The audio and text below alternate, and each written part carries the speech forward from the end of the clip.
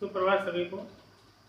आज हम ज्योग्राफी के पहले लेसन को बताने जा रहे हैं। टॉपिक हमारा रहेगा संसाधन। वैसे संसाधन 3 प्रकार के होते हैं: प्राकृतिक संसाधन, उसके बाद मानव निर्मित संसाधन, फिर मानवीय संसाधन। लेकिन आज हम प्राकृतिक संसाधनों के वर्गीकरण को समझाएंगे। मूल रूप से प्राकृतिक संसाधनों को 4 प्रकार के वर्गों में विभाजित किया जाता है: विकास या प्रयोग के आधार पे, डेवलपमेंट और यूज, उद्गम ओरिजिन के आधार पे, भंडारण के आधार पे, स्टॉक के आधार पे, और वितरण के आधार पे, डिस्ट्रीब्यूशन के आधार पे। विकास के आधार पे या प्रयोग के आधार पे इस बेस पे जो डिवाइडेशन किया जाता है, इसके भी 2 प्रकार हैं: एक्चुअल वास्तविक संसाधन वो होते हैं जिनकी मात्रा हमें अभी वर्तमान में ज्ञात है और हम उसका यूज कर रहे हैं।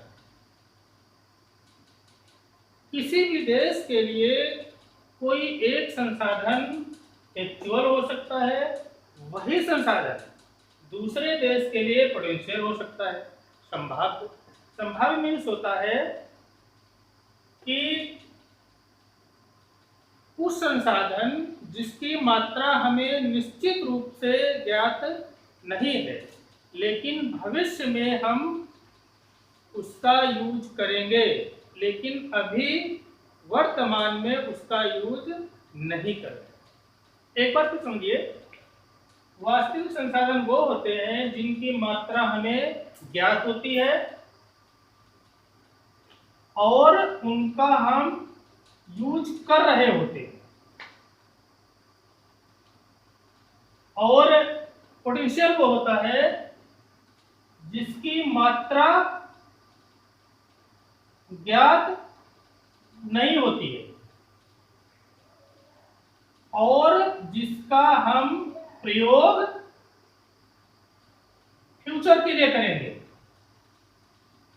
फ्यूचर के लिए हम उसको सेव रखते हैं। और क्यों रखते हैं, इसका भी रीजन होता है। जैसे भारत के लिए पेट्रोलियम, यद्यपि भारतवर्ष में पेट्रोलियम है, लेकिन अभी जो उसके निकालने की मात्रा, उसमें खर्च आने की जो मात्रा है, उसमें जो पैसा खत्म होता है, उससे कम रेट में अभी हमें बाहर से मिल रहा है, इसलिए हम उसको सेव किए। ये हमारे लिए संभाव्य संसाधन, जबकि यही पेट्रोलियम सऊदी अरब या खाड़ी देशों के लिए वास्तविक संसाधन है, क्योंकि वो उसका यूज कर रहे हैं। दूसरे पे आते हैं ओरिजिन के आधार पर। ऐसे संसाधन जिसमें जीवन होता है, जैसे जंगल, फॉरेस्ट, उन्हें जैव संसाधन कहा जाता है। और ऐसे संसाधन जिसमें जीवन नहीं होता है, उसे हम अजैव संसाधन कहते हैं। ये जीवन के, अब जैसे कोयले को जैव मानते हैं, क्यों?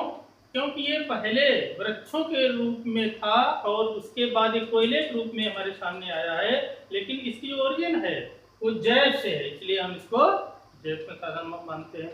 भूमि अजैव संसाधन है, क्योंकि इसमें जीवन नहीं होता। इसी प्रकार से अन्य संसाधन, जैसे सोना है, चांदी है, लोहा है, ये सब अजैव संसाधन में आएंगे। तो हम तीसरे पे चलते हैं, भंडारण निष्ठा के आधार पर। नवीकरणीय संसाधन वो होते हैं जो खत्म नहीं होते हैं, जो समाप्त नहीं होते हैं और रिन्यूअल होते रहते हैं। जैसे एयर, ये नवीकरणीय संसाधन है। एयर प्रदूषित तो हो जाती है, पॉल्यूट हो जाएगी, लेकिन वो समाप्त नहीं हो सकती है।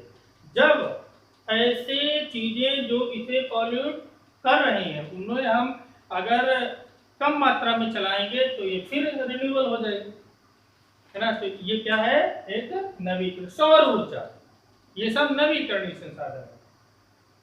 अनवीकरणीय संसाधन वो होते हैं जो एक बार समाप्त होने के बाद उनके पुनः बनने में कई साल लगते हैं, लाखों साल लगते हैं। जैसे कोयला, पेट्रोलियम, ये सब क्या है, नॉन रिन्यूएबल रिसोर्सेज। चौथा का ध्यान आता है सर्वव्यापक संसाधन। ऐसे संसाधन वितरण के आधार पे सर्वव्यापक और स्थानिक, ऐसे संसाधन जो हर स्थान पर हमें मिलते हैं, जैसे वही same air, solar energy, wind, और ऐसे संसाधन जो स्थान विशेष में मिलते हैं। हर स्थान पर ये नहीं मिलते हैं, बल्कि कुछ ही स्थान पर मिलते हैं। जैसे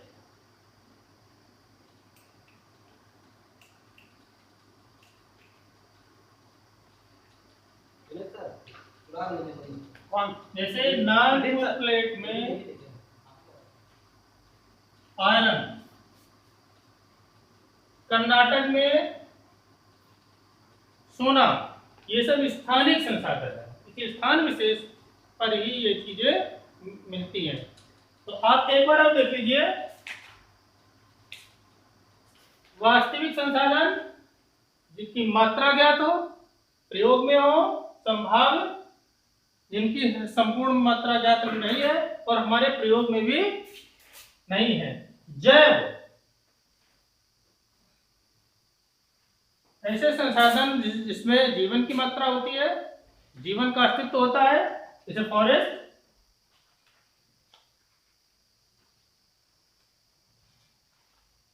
अजैव संसाधन जिसमें जीवन नहीं होता है। नवीकरणीय जो रिन्यूअल हो जाते हैं, समाप्त नहीं होते हैं। अनवीकरणीय जो आगे चल करके कभी समाप्त हो सकते हैं। सर्वव्यापक जो हर स्थान पे होते हैं, उपलब्ध होते हैं, और जो एक स्थान विशेष में उपलब्ध होते हैं। Thank you.